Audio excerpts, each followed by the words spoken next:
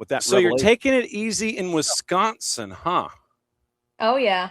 Enjoy my last week.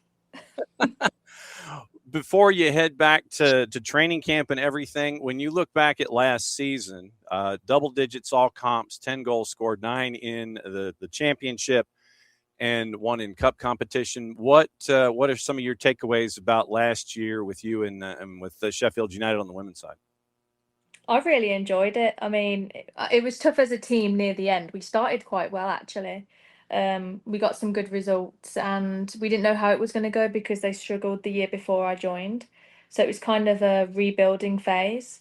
So it was a bit of a risk to go there since they technically did get relegated last season, but they got saved because, Blackburn couldn't, stay in the league. It was quite a shame they had to fold, but luckily, they stayed in the league, so I thought I'd give it a go and I'd try and help them. So it was a tough season, but individually, I enjoyed it because I was playing a lot, and the coach really believed in me, and the girls believed in me, and they just always looked to play me to my strengths, and yeah, I was able to have a really good season, and I enjoyed it, and I kind of like the idea of wanting to help Sheffield as much as I could, and I felt like I did that. So for me, it was a successful season because the goal was just rebuilding and staying in the league. What's it like to? I guess I could phrase it this way: what's it like being a builder for something that is there, where they have this trust in you? Hey, we're trying to do this to get back to where we were, and to have that kind of trust from your teammates and from the coach and from the administration. What's it like to have that kind of trust? It feels good. It feels like, it makes your confidence go up because you feel like they believe in you and they feel like you're the one that can come and help and get the goals. And luckily I was able to do that. But no, it is a great compliment to be on a team that's rebuilding and they reach out to you to help them with that. I think the club and I'm definitely ready to be on an adventure where it's more than that. It's not just building. So no, it was definitely it was a huge compliment, honestly. So, for those that might have lost track, after your time at Tormenta, it was Durham, Newcastle, and now Sheffield, yes? Yes, correct. What have you learned about yourself as you've left Tormenta and gone to each of these stops to get to where you are right now as a pro? Oh, I've learned so much. Yeah, I've learned so much. I'd say I've just had to adapt a lot. I mean, I went to Durham. That was a team that wasn't, they're hard to beat, very hard to beat, and, a lot of respect to them. They weren't going for promotion. They weren't going for anything like that. They just wanted to maintain their status in the league. And also for me, it was to go there and get my first professional season under my belt, and get some minutes. And luckily, I was able to do that. I think I've learned a lot about different types of management at the professional level because all three of my coaches that I've had are completely different and had different game plans. And it really is about what coach you get, I think, because you'll have a coach that wants to play a different way, and I might not suit that way. But then another coach will come in and hang on, I like your speed, I like the way you play, I need you. So I learned a lot about that, and also just mentality. Like you're gonna have some times where it's not going in the net, and the results aren't going your way. It's how you bounce back. Like you just have to stay resilient and just really believe in yourself all the time. It is difficult and it's a long season, but yeah, I've learned a lot, I'd say. Well, and also having support system on both sides of the Atlantic. What's it like to have to navigate that, to where not everybody that you want to reach out to first is going to be on that side of the Atlantic. You're going to have to use, I guess, WhatsApp and Zoom and all these kinds of things. What's it like having to do what you want to do, but at the same time not get that immediate feedback like right there in front of your face? You've got to do it digitally at times. Yeah, definitely. I mean, it is tough with that, but I think if everything you do is it's lonely either way you are by yourself, like no matter what. And it's about how you navigate that. Like football, it's a team sport, but it's lonely because every individual on that team has to perform, and no one knows what you're thinking or anything like that. So yeah, I think you just learn to adapt, honestly. It's just about adapting. So I'd say that's probably the main thing I've learned, adapting. Well, and when you were there to help Tormenta get a national Yeah. championship, and obviously you have the team that was there, and then you've all gone your separate ways. It's been Brooklyn, it's been you in England, it's all been all these different places. What did your time at Tormenta teach you in that first step of being a professional? Gosh, I miss Tormenta. I absolutely loved it. I'd say it just nobody thought Tormenta would win that. Honestly, I don't know if I can't remember if I've mentioned this in my interviews before, but I booked my flight after the championship, even though I would have had to probably change it if we didn't get there. But I just, for some reason, out of all the teams, I just believed we would do it. And I don't know why, because that was at the very beginning, before I even met anyone or knew their capabilities. Um, but no, I'd say it's definitely a big transition because it's you're there full time.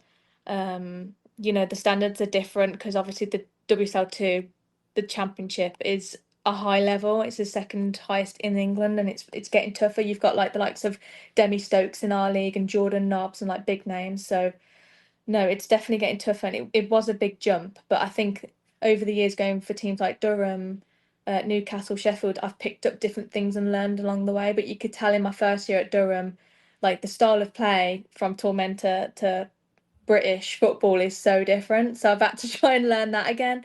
So there's a lot of different things I've had to adapt to, but I'd say I've done it quite quickly, considering it's my third year and I had a good season.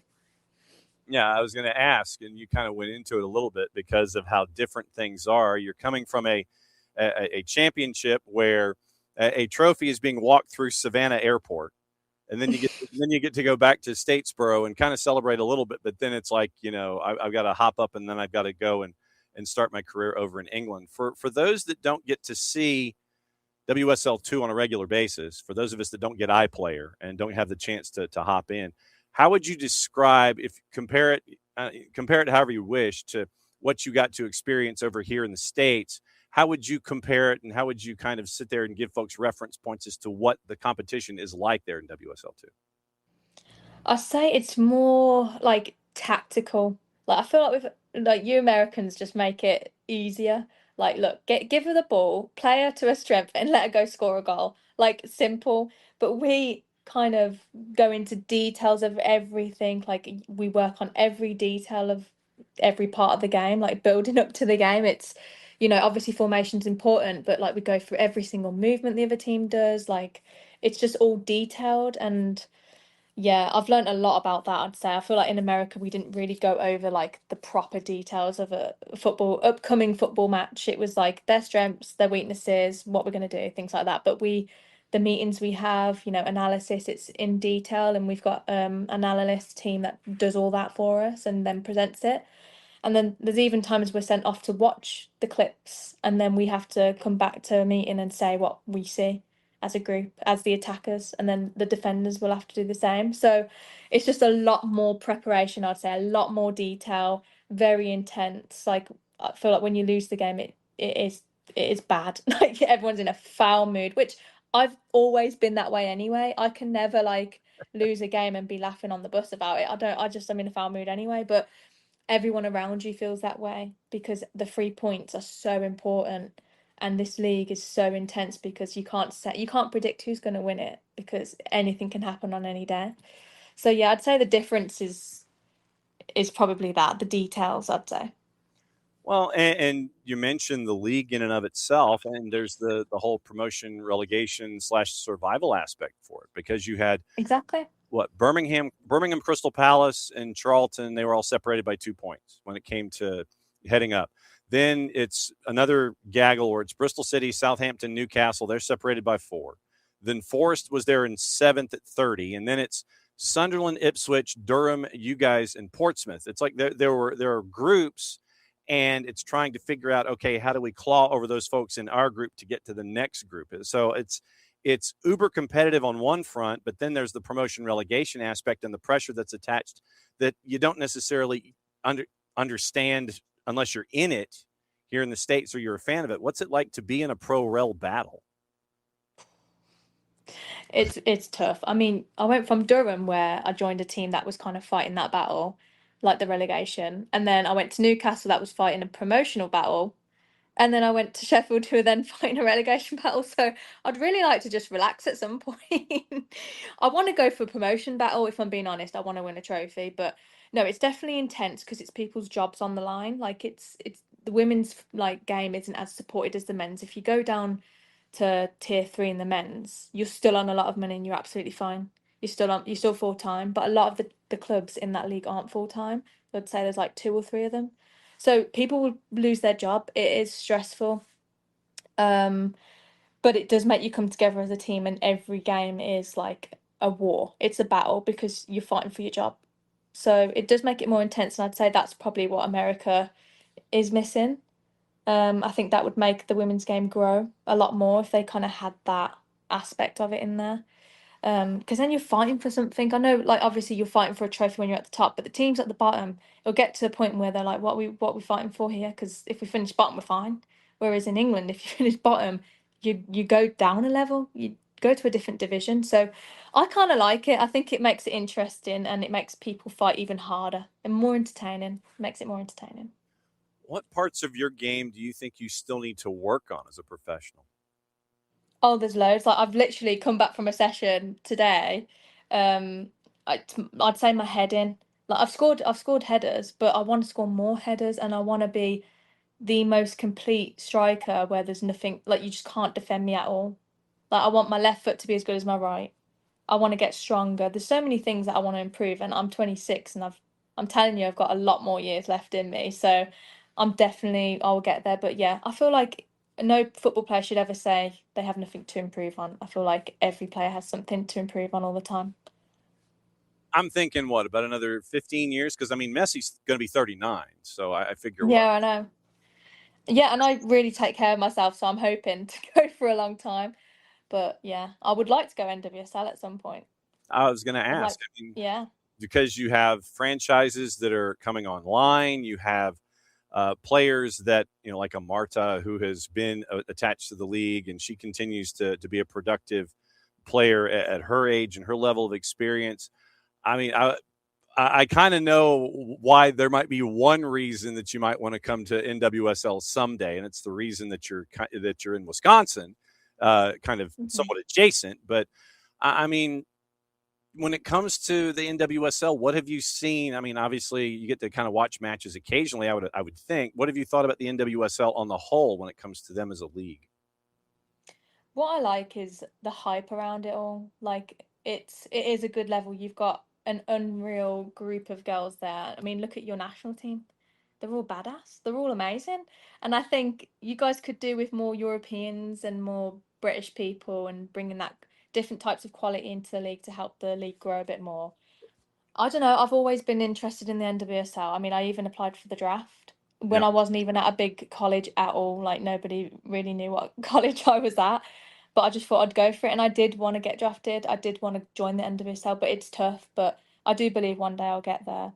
I do think it's a good league, and I think more Europeans could make it even better.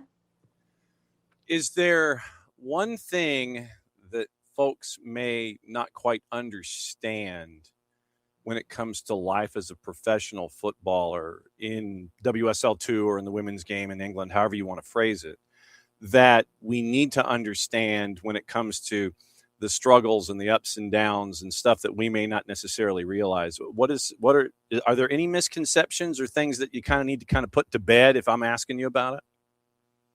Honestly, I think it's very tough for a player. The fans are very involved as they should be. You know, they pay to come watch games and they're very supportive, so their opinion is so valid and it matters. But I think when things go badly, they don't know what goes on behind the scenes. And as players, we can't say that to the media. Yeah. Like, I think fans need to understand if things happen, there's probably a reason for it. Like, you know, when there's been certain players leave a club or whatever it is, or like players fighting to get out of a club, and just things, anything that could happen, or players not on form. You don't know what's going on behind the scenes. Like, we're just humans and we're just trying to do our job, and we want to score, and we want to play well, and we want to win games. Like that's why we're professional footballers. We're not just doing it to do it. It's our passion. And I think sometimes people just share their opinions online and just see it at face value, but there's just so much more. Like there's so much I know, and there's so many players know that they can't ever share because it's unprofessional.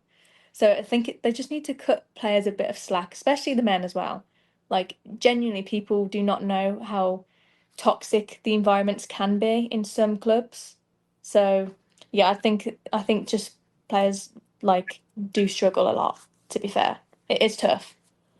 There's a tournament going on right now on the men's side, and I know that you're somewhat vested in the activities of Tommy Too Cool for School, Thomas Tuchel, and what's going on. Where do you have a Three Lions jersey with you to wear for these matches when you watch them? What kind of question is that? Come on. Of course, of course. No, I'm so invested, and I was so happy with their last performance because I've watched some of their friendlies and I thought, what are you doing? Like, come on. I feel like wingers don't go 1v1 down the line anymore. They just go backwards. Like, we want to see more exciting football, and I think last game they really did that, especially second half. They showed up a bit and they looked dangerous when they put Rashford on and Rodgers was on and Saka. Like, we want to see more exciting football like the US. I never thought I'd say this, but the US men are doing it and they look really good. So I was impressed with the second half, but yeah, obviously we're playing today, big game, and I can't wait to watch it, to be honest. Have you ever been kicked in the calf before? Yeah. And the reason I ask is because Christian Pulisic is coming back from that, from one of the earlier matches. And how difficult is it for someone who is active offensively when they get kicked in the calf? And it might be a little deeper, but that's what they're saying. How difficult is it to try to navigate that kind of an injury to get back to where you were as a striker or a winger? It is difficult. I think it's like mostly mental because you don't feel 100%. Like you feel a bit of a niggle, you don't feel fresh, you don't feel healthy, you don't feel 100%. So it's quite hard mentally to feel prepared and ready for the game. Like I feel like you always go into games feeling good when you're feeling healthy and you've got no injury. And then when you've got a little bit of a niggle, that can be on your mind in the game and you lose focus. So it is quite difficult. But I saw he was on the bench, weren't he, last game? So hopefully, I actually just got one of those McDonald's cups of him on it because I couldn't believe that you guys are doing that. That's so vintage. I was like, I need to get one. Um, but yeah, no, it is difficult mentally to come back from stuff like that, but I think he'll be fine. Did you get the Grimace one yet? No, I got Thierry Henry and I got his cup, Pulisic, Okay. because I thought one day this is going to be worth something. People are going to want to buy these cups, so I wanted to get one. Hey, I mean, look, that and the panini. The paninis have taken over the show and the network, by the way. The panini stickers. Oh Yeah, yeah. we're in serious trouble because a lot of us are into that. And Madison Cruz has definitely got the inside track on all the stars. Literally, the first pack she opened, she got a Messi. Wow. And That is impressive. we're like, what drugstore did you go to? We have to go to this. Yeah, she has completely and totally done it. All right, so you're juggling time away because you got another Yeah. week before training camp. Uh, Mm-hmm. when does training camp kick in? 1st of July. Okay. And how long is training camp before the first match of the year? We haven't been given our schedule yet, Okay. so I'm unsure. But that should be coming out soon because we need to know. Yeah, you kind of need to know, where you're going. It's like, for the matchup against Durham, you got to know where you're going to go and what it's going to be like. And so when the other reason that you're in Wisconsin, you're kind of hanging out with the other half. Is there a date yet? Do we know? Is there a date for the? There is a date. We're getting married next year, June 25th, Okay. Oh, here in Wisconsin. And I'm here this week because we've got our bachelorette. So, yeah, I've got to try not to drink too much because we've got preseason next week. yeah, because the everything's going to go just and help try and defy gravity when it comes to that kind of stuff in recovery time. Uh, Exactly. it is great to see you. Great to catch up. Mhm. This now once again gives us a reason to continue to follow along and see what's going on with Sheffield United in the WSL-2, and everybody in Statesboro and everybody attached to Tormenta. I know that they're going to want to see this and see what you're up to these days. Amy, I can't thank you enough for doing it. I know that you have some game prep to get into to make sure that everything is around the sofa or in the viewing area the way it has to be, that the Exactly. drinks and the treats and everything are right next to you and everything. Just have fun and enjoy the matches as you watch them here, as you recover it, and then we'll keep an eye on you overseas. We'll be knocking on your door soon. Don't be a stranger, especially as England continues to advance in the tournament. I know that you're going to want to give your feedback on that too. Oh, yeah. You know where we are. Don't be a stranger. It's good to see you, my friend. We'll see you soon. Thank you very much.